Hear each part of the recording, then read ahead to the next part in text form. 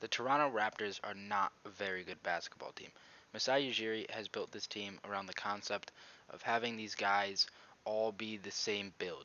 They have so many guys that are between like this 6'6" and 6'9" height. You got Precious Achiuwa at 6'8", OG Anunoby at 6'7", Scotty Barnes at 6'8", Ken Burch at 6'9", Chris Boucher 6'9", Ron Harper Jr. 6'6", Juan Hernan Gomez 6'9", Otto Porter Jr. 6'8", Pascal Siakam 6'8", and Thaddeus Young 6'8".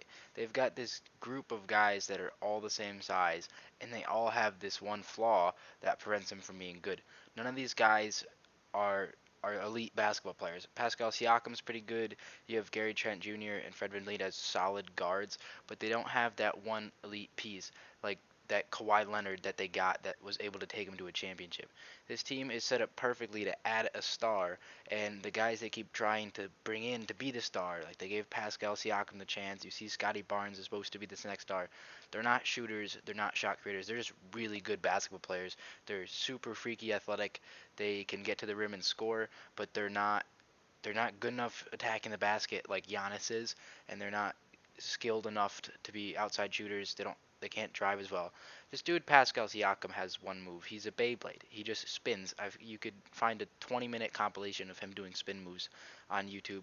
That's his only move. That's the only move he can do, and it's not a very useful move when it's not a spinning jump shot. If it were a spinning fadeaway from the mid range, it'd be impressive.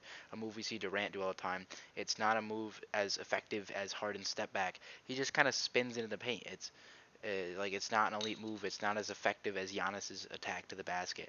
It's just not a very good move. I think they still have a chance to be a good team. I don't know about this year because they're still very young, and maybe you have to throw the season away. I heard rumors that they might be able to get a similar package to what the Jazz got for Donovan Mitchell for OG and Anunoby. That's how much other teams in the league like this dude. And if that's true, they got to do it because they need to find a way to get a star. They need an elite guard or an elite shooter. They need somebody that can make a difference. They really have no good centers on this roster. And just watching the game they just played against the Bucks, Giannis and Brook Lopez both had 20 rebounds. The drop coverage that those two played, they have no shooters. The Scotty Barnes was pretty much given a Ben Simmons treatment, and they can't have that. He's got to be a good shooter for them. He doesn't have to be great, but he's got to have the confidence to take shots. He can go 1 for 3, and defense will stop playing drop coverage. He goes 0 for 5, they're gonna keep doing it. Next team's gonna do it, and you're gonna continue to struggle.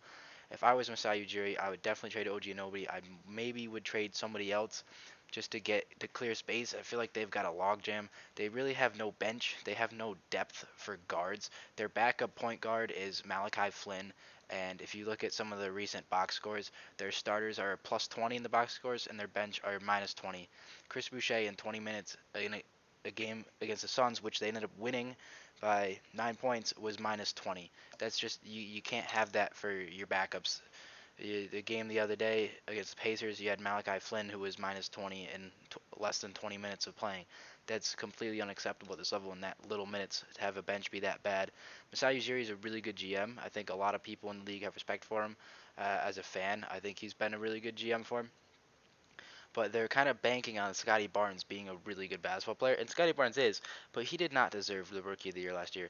That award should have been given to Evan Mobley. He was clearly better and clearly continues to be better and more impactful for his team, as we see what the Cavs are doing. Evan Mobley is a guy that fits. Scotty Barnes is just a good basketball player. It doesn't fit. This Raptors team is built like a college team where you just bring in a bunch of guys in recruiting and you have them fight to see who's end up taking the minutes and who's going to end up taking the clutch shots. I don't know who on this team you want taking a shot. I mean, we've seen OG hit buzzer beaters. We've seen Gary Trent hit buzzer beaters. We've seen Pascal hit them. Everybody hits them.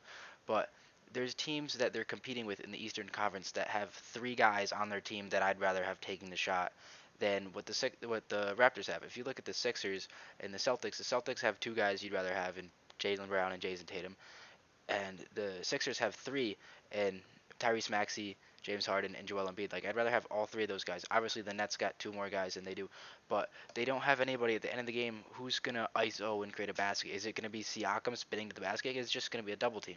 It's gonna be easy to stop. Are you gonna let Gary Trent Jr. create off the ball? He's not as quick as Harden or Kyrie or even Tyrese Maxey, with much more shiftier guards that they're gonna compete with.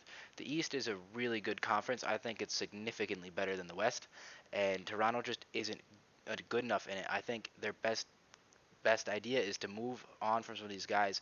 Some like the not the really young guys, like you're not moving Scotty Barnes, but I would definitely trade Ojinobi because he's been a lot of rumors for him, and I would look into trading Pascal Siakam, but I'm keeping Jerry Trent Jr. He's only 23. Obviously, I'm keeping Scotty Barnes. He's only 21. I'm moving forward with those guys. I'm moving these older guys, like the guys that are supposed to be the older leaders. Maybe even you could move on from Fred VanVleet, but I think he's gonna be tough to trade because I think his contract is a bit overpaid. But you move on these like guys in the middle of their prime to get the younger guys. Because the issue with these guys as well is they're not the elite leaders that we saw that they had with Kyle Lowry and DeMar DeRozan. You can a lot of comparisons I saw was comparing to the team they won with Kawhi. They're trying to like build the same concept, get the next Kawhi. But what they're missing is Kawhi had amazing leaders on the team. He had Popovich, he had Tim Duncan, he had Manu Ginobili, he had Tony Parker. There is not a single person on this team as close to that. The best veteran on this team is Thaddeus Young, which is, as much as I like Thaddeus Young, is nowhere near those guys from that Spurs teams. So they're trying to replicate what they had with Kawhi and create a franchise guy as Kawhi, and it's not going to happen. And I think they need to move on because this team, as it is right now, is not a good basketball team. And Masai Ujiri is a smart enough person to know it's time to move on, and it is definitely time to move on from this experiment that they did in Toronto.